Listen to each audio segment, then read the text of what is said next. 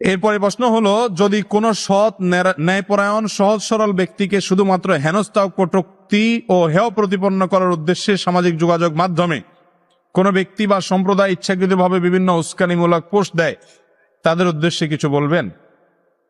ভাইরা আমার, তরুণরা আজকাল আমরা যারা ফেসবুক প্রজন্ম আছি, ফেসবুক প্রজন্ম, ইউটিউব প্রজন্ম, টিকটক প্রজন্ম, টুইটার প্রজন্ম, ইনস্টাগ্রাম প্রজন্ম, যে প্রজন্ম হাতে আজকাল প্রচুর পরিমাণে সোশ্যাল মিডিয়া, এই সোশ্যাল মিডিয়া প্রজন্মের লোকদের জন্য, তরুণদের জন্য ভালো কাজ করার যেরকম অপার সম্ভাবনা আছে, আল্লাহর কাঠগড়ার আসামি হওয়ার ভয়ও অনেক আছে। কারণ ফেসবুক, ইউটিউব এবং এই সমস্ত সোশ্যাল মিডিয়াগুলো আমাদের যুবক ভাইরা যারা আছেন, আপনাদেরকে বিশেষভাবে বলছি, আপনাদের অনেকের জন্য এগুলো হয়ে গেছে নিছক বিনোদনের একটা প্ল্যাটফর্ম। কিভাবে মজা করবেন, কিভাবে রসিকতা করবেন, কিভাবে আনন্দ বিনোদন করবেন, এই হলো চিন্তা।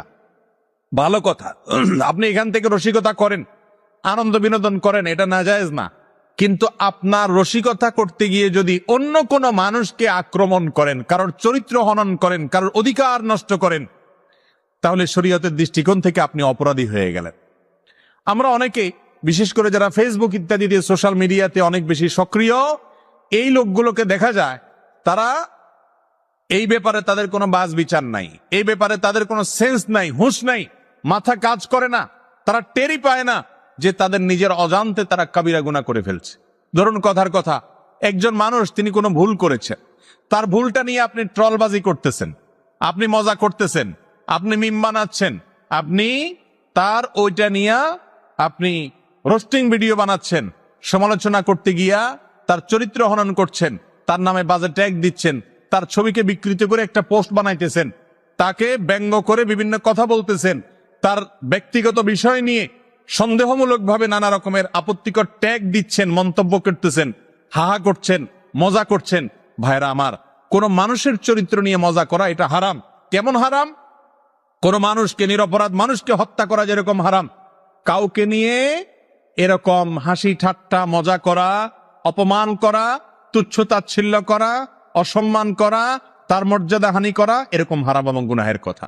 এটা আমার কথা না, নবী করিম সাল্লাল্লাহু আলাইহি সাল্লাম বিদায় হজের ভাষণে বলেছেন, আজকের এই দিনটা যেরকম সম্মানিত, আজকের এই জায়গাটা যেরকম সম্মানিত, এই মাসটা যেরকম সম্মানিত, আরাফার ময়দানে দাঁড়িয়ে তিনি বলেছিলেন, ঠিক একই রকম তোমাদের প্রত্যেকের রক্ত এরকম সম্মানিত, একজন আরেকজনের রক্ত ঝরাতে পারবে না। তোমাদের প্রত্যেকের মর্যাদা, ইজ্জত, সম্মান এরকম সম্মানিত, কারোর ইজ্জত নষ্ট করা যাবে না। অতএব কোন মুসলমানের ইজ্জত যদি আপনি নষ্ট করেন, ফেসবুকে একজনকে নিয়ে ট্রল করতেছেন, সব বন্ধু মিলে, সব দোস্ত মিলে, হয়তো বেচারা ভুল করেছে, ভুল করলে তার গঠনমূলক সমালোচনা অবশ্যই করতে পারেন। বিশেষ করে বয়সে যারা তরুণ, তাদের কাছে মনে হয় এইরকম পাগলামি ছাগলামি করা, এরকম উল্টাপাল্টা করা, এটা বোধহয় আমাদের রাইট। ভাইরা আমার, মানবিক মূল্যবোধ আজকাল হারিয়ে গেছে। একজন 12, 14, 16 বছরের কিশোর কিংবা 17, 18 বছরের তরুণ, তার কাছে বয়সে তার বাপের সমান অথবা তার চাইতে হয়তো বড়, এরকম মানুষকে নিয়েও অনেক বাজে মন্তব্য আমরা করছি। সবচেয়ে লজ্জা লাগে যখন ইসলামের নাম দিয়া, ইসলামের লেবাস পরে ফেসবুক ইত্যাদিতে দেখা যায় কথার কথা কোন নায়িকা, তিনি হারামে লিপ্ত, অশ্লীলতায় ডুবে আছেন, সমাজের অনেকের নষ্টের কারণ হয়ে আছেন, তাই বলে তাকে নিয়ে আপনি বাজে মন্তব্য করলেন, তার মনে আঘাত দিয়ে অযথা তাকে খোঁচাখুচি করলেন এবং গালিগালাজ করলেন। আপনি মনে করতেছেন আপনি ইসলামের খেদমত করতেছেন, অথচ এগুলো ইসলামের খেদমত হতে। আপনি গঠনমূলক সমালোচনা করেন, আপনি তাকে নসিহত উপদেশ করেন, কিন্তু সেটা আপনি করছেন না। তরুণরা এবং আমাদের বয়সে যারা কিশোররা আছে, এদেরকে আমরা উস্কে দিচ্ছি। কিরকম উস্কে দিচ্ছি? তাদেরকে আমরা ভোগবাদী করে তুলছি। আপনি দেখবেন মা বাপ ছেলে মেয়ে যদি কোনো কিছু চায়, চাইতে দেরি আনতে দেরি না, ঠিক না বে ঠিক? চাইতে দেরি আনতে দেরি না। প্রবাসে যদি বাবা থাকে, বিদেশে যদি থাকে, তো কোনো কথাই নাই, বাবা কি লাগবে শুধু বলো, মোবাইল একটা চাইলে 3টা দিতে রাজি। আর দেশে থাকলো একই কথা। ছেলে মেয়েকে বাবা মারা এখন দিতে দিতে দরকারের চাইতে আরো বেশি দিচ্ছে, যার কারণে তাদের মধ্যে ত্যাগ তিতিক্ষা করা, স্যাক্রিফাইস করা, মানবিক মূল্যবোধ থাকার যে একটা ব্যাপার আছে সেটা আজ তরুণদের মধ্যে নাই, হারিয়ে গেছে। ভাইরা আমার, এটা খুবই খারাপ জিনিস। এর সবচেয়ে বড় সাফার হবে ওই তরুণ, ওই কিশোরের মা বাপ নিজেরা। কারণ সে তো ত্যাগ শিখে নাই তার বাপ মার কাছ থেকে, সে তো ভোগ শিখছে, শুধু বাপ মা তারে ভোগ করা শিখাইছে, স্যাক্রিফাইস শিখায় নাই। এই জন্য বাপ মার জন্য ত্যাগ করাও সে জানবে না। আজ ঘরে ঘরে দেখা যায় যে আমাদের ছেলে মেয়েরা মা বাবার কথা শোনে না। কেন কথা শুনবে? কারণ মা বাবা তো তাদেরকে শুধু ভোগ শিখাইছেন, ত্যাগ শিখান নাই। মুরব্বীদের জন্য যে স্যাক্রিফাইস করতে হয়, ছাড় দিতে হয়, এটা তো যুবকরা আজকাল ভুলে গেছে। আমাদের বাংলাদেশের মানুষের যে ঐতিহ্য ছিল, মুসলমান হোক আর হিন্দু হোক, সব ধর্মের মানুষের একটা কমন ঐতিহ্য ছিল যে বয়সে ছোটরা বয়সে বড়দেরকে মর্যাদা দিত। কিন্তু আজ ফেসবুক প্রজন্মের মধ্যে এই জিনিসটা দেখা যায় না। এবং ফেসবুকে যে ট্রলবাজি, কে কাকে নিয়ে ট্রল করছে, লোকটা কে, আর যেই হোক না কেন একজন মুসলমান, একজন মানুষ, তার মর্যাদাহানি আমি করতে পারি না, কিন্তু শয়তান আমাদেরকে দিয়ে করাচ্ছে। অনেক সময় দেখবেন যার সাথে আপনার মনের মিল নেই, আপনি হয়তো এক গ্রুপের ইসলামে দল করেন, আরেক গ্রুপের ইসলামের কোন একটা গ্রুপের সমর্থক বা নেতা তার ছবিরে ব্যঙ্গ করে, তার নামে কটূক্তি করে, তাকে নিয়ে হাসাহাসি করে আপনি মনে করতেছেন আপনি দিনের খেদমত করছেন।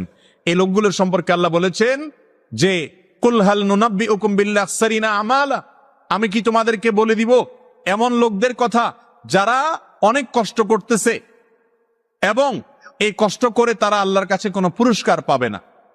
আল্লাযীনা দাল্লা সাইয়ুহুম ফিল হায়াতিদ দুনিয়া, দুনিয়ার জীবনে তাদের সমস্ত সাধনা বরবাদ। ওয়াহুম ইয়াহসাবুনা আন্নাহুম ইহসিনুনা সুনআ, অথচ তারা মনে করতে তারা সওয়াবের কাজ করতেছে। ইসলামের কাজ মনে করে, সেবা মনে করে, আল্লাহকে খুশি করার জন্য একজন নায়িকাকে গালি দিলেন ফেসবুকে, সওয়াব হবে না গুনাহ হবে? একজন খারাপ মানুষ দুর্নীতিবাজ ধরা পড়ছে, সে দুর্নীতি করে, ঠিক আছে, তার দুর্নীতির বিরুদ্ধে আপনি প্রতিবাদ করেন, সামাজিক প্রতিরোধ, সামাজিক আন্দোলন, সামাজিক সচেতনতা গড়ে তোলেন, সবই ঠিক আছে। কিন্তু তার বাপ মা তুলে একটা গালি দিলেন, সওয়াব হবে না গুনাহ হবে? তো এইরকম মনে করতেছেন আপনি অন্যায়ের বিরুদ্ধে অবস্থান নিয়েছেন, কিন্তু অন্যায়ের বিরুদ্ধে অন্যায় কোন নিয়ম অবলম্বন করে যদি আপনি অবস্থান গ্রহণ করেন, তাহলে সওয়াবের পরিবর্তে উল্টা কি হবে? গুনাহ হবে। বিধায় যারা ফেসবুক এবং সোশ্যাল মিডিয়াতে অ্যাক্টিভ, করজোড় করে আপনাদের কাছে অনুরোধ করি ভাইরা, বিশেষ করে তরুণরা, আল্লাহর ওয়াস্তে হেয়ালিপনা করবেন না, পাগলামো করবেন না। আপনি হাসি রসিকতা করেন, কিন্তু অন্যের চরিত্র নিয়ে ছিনিমিনি খেলতে যাবেন না। কাউকে নিয়ে মন্তব্য করার আগে 10 বার ভাববেন। এই মন্তব্য হয় মিজানে নেকামলের পাল্লায় উঠবে, না হয় বদামলের পাল্লায় উঠবে। দুইটার মধ্যে তৃতীয়টা হওয়ার কোনো সম্ভাবনা নাই।